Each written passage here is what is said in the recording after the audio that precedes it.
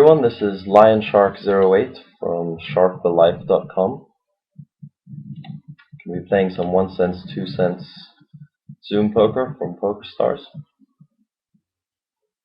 So if someone just limps here, I'm almost always going to raise them.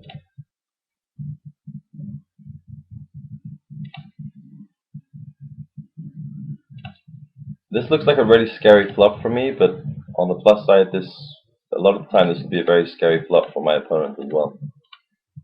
And if he calls, then that's the end of that. This is a 3-bet. Normally in this spot I won't be calling 3-bet, but this is such a small 3-bet. By the way, it almost never makes sense to make a 3-bet that small. You have to have a really good reason for that, especially in these stakes. This is annoying, but I have to call the odds, 6 cents into a 43-cent pot.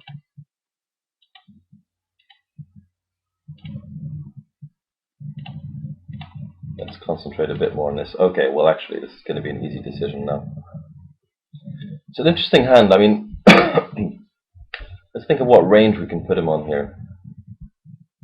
Now I think that about 40% of the time here he's just going to have a flush draw. And then 60% of the time he's going to have an ace-x type of hand. Maybe there's a small percentage of time where he has like queens or kings, but that's not really the kind of play I would expect to see here. If you click control and then fold, by the way, then you can see the rest of the hand play out. Unfortunately, we don't get to see his hand, but it's interesting to think about what range he might be on there.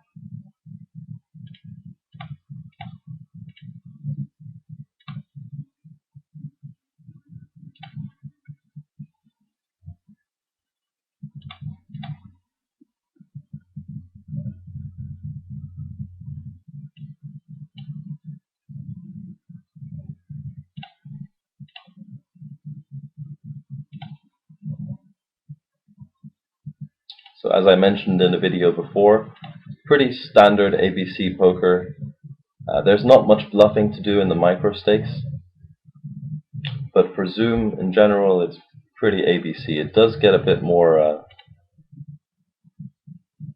different when you get to the higher stakes, like 50 cents one. Well, not really there. Mostly it starts getting, you start seeing some difference and more alternative plays in 1, 2.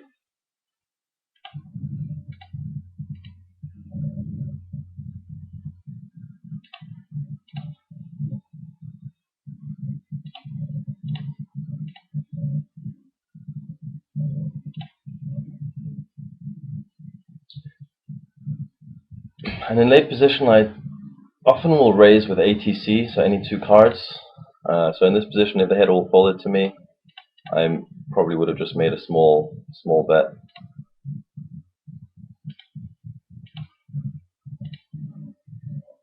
I wouldn't recommend this in normal tables or in stakes which get a bit higher.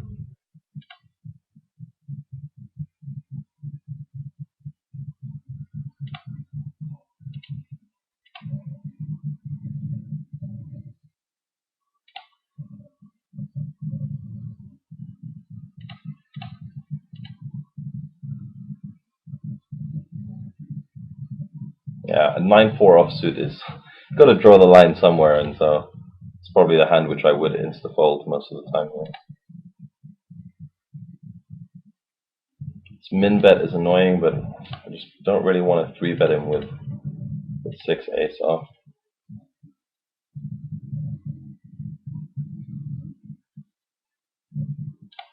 Five ace off. Yeah, just fold. Alright, so this is another one of those slightly more interesting situations. I'm making a bet here because there's a lot of hands which can catch up with me on the turn, like either flushes or higher cards, higher pairs which he can get by having higher cards. I mean, so that's why I tend to prefer to just make a c-bet there. And also I'm going to be c-betting so much of the time with crash that makes sense to make c-bets also with hands which are quite low value like that.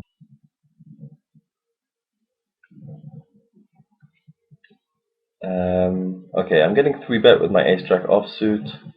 By 1 3-better and 1 caller, I'm not really interested in that anymore.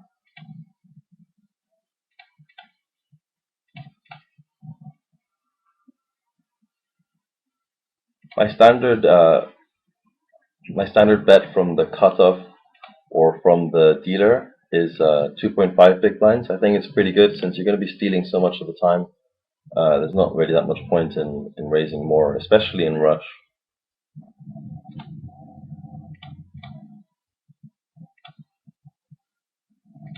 And yeah, stealing with 9 queen offsuit from the cutoff maybe is slightly questionable in normal poker, but in rush, most of the time I'm going to steal that kind of hand from the cutoff. Alright, we have a paired board here.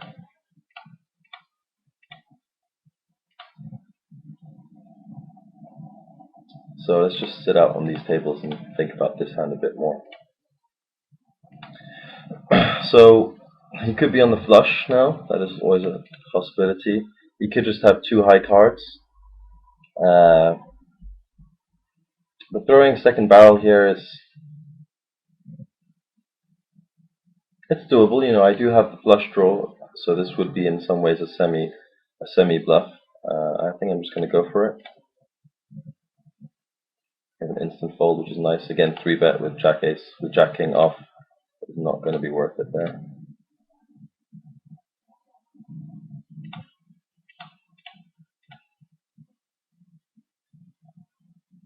Let's just have a look at that last hand to think about it in a bit more detail.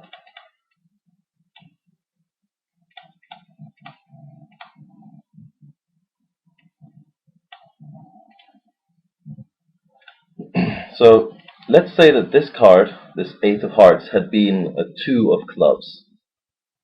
That would make this double barrel, in other words, the bet on the turn, a lot more risky, and it would be a lot harder to rep something, because I mean what you are repping is a much tighter range, like higher pockets or flush. But if there's an 8, then you know we can rep ace 8, we can rep the flush, we can rep 2 high cards, one being the ace or king of hearts, which of course is one of the hands we did have, with the queen of hearts. So in general, if there's a turn card which looks like it might be scary for the other player, this is the kind of card that you can think about betting again and double barreling. So for example, if it had been a king, a queen, or a jack, or an ace, I would have probably double barreled those. And this 8 was sort of more 50-50, which is why I had to think about it for a bit, but because I had the queen of hearts, it just made a lot of sense. And as you can see, we're doing 1 cent, 2 cents cash game Zoom poker on Pokerstars.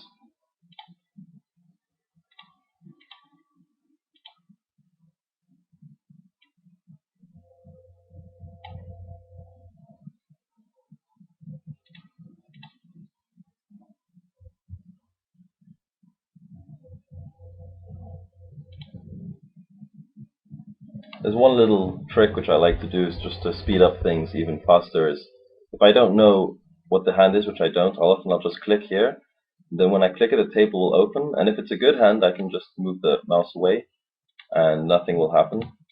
And if it's a bad hand, then I can just click and it will fold.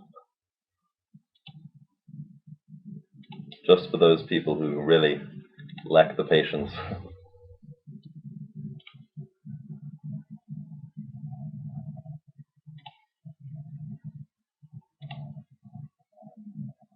I haven't really been playing these stakes very much, so I don't have that many statistics on the players. But as you can see in my HUD, the red number represents the number of hands I have from those players.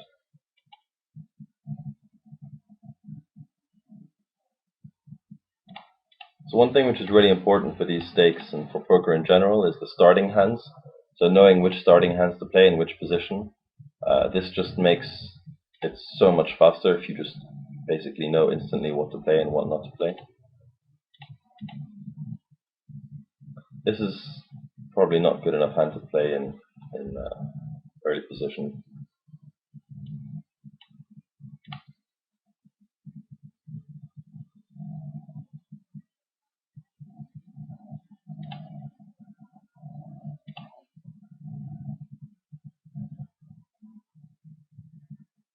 Yeah, you see, in Rush, like often it does make sense to just try and steal pots like this. It's a really terrible hand to king off suit. But if if the dealer folds, I may just make a small raise there every now and then.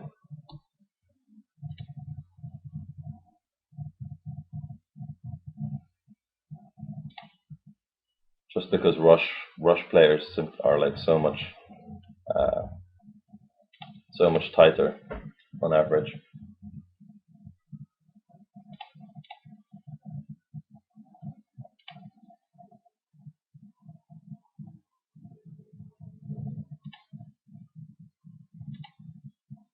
Yeah, you know, this is one of those few spots where I just really don't like c-betting that much.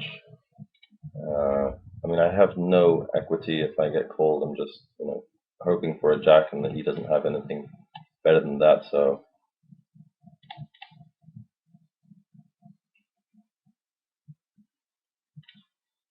and since I didn't bet the flop, it doesn't really make much sense to bet the turn there. Now, I guess we could bet for like ultra thin value here.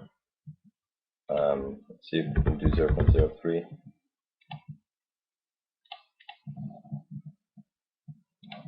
I guess you could call with a lot of lower pairs or high cards.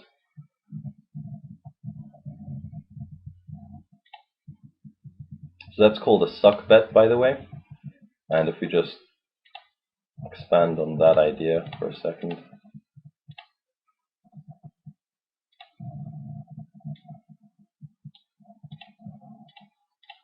So a suck bet is where you make a very small bet for value on the river normally to induce a call from a worse hand. And wait a second. Oops, where are we? Here we go. So as you can see on the river there, I had the pot was 11 cents, and I made a bet of what is about a quarter of the pot. In general, the bet will be anything between 15 and 25% of the pot. And yeah, like I say, it's just betting for value, and very often you'll get called by just like terrible hands, which is sort of fair enough because they're getting such good odds. So that's definitely a good little tactic to have. Alright, this is everything for now, and I hope you enjoyed the video. Take care. Bye bye.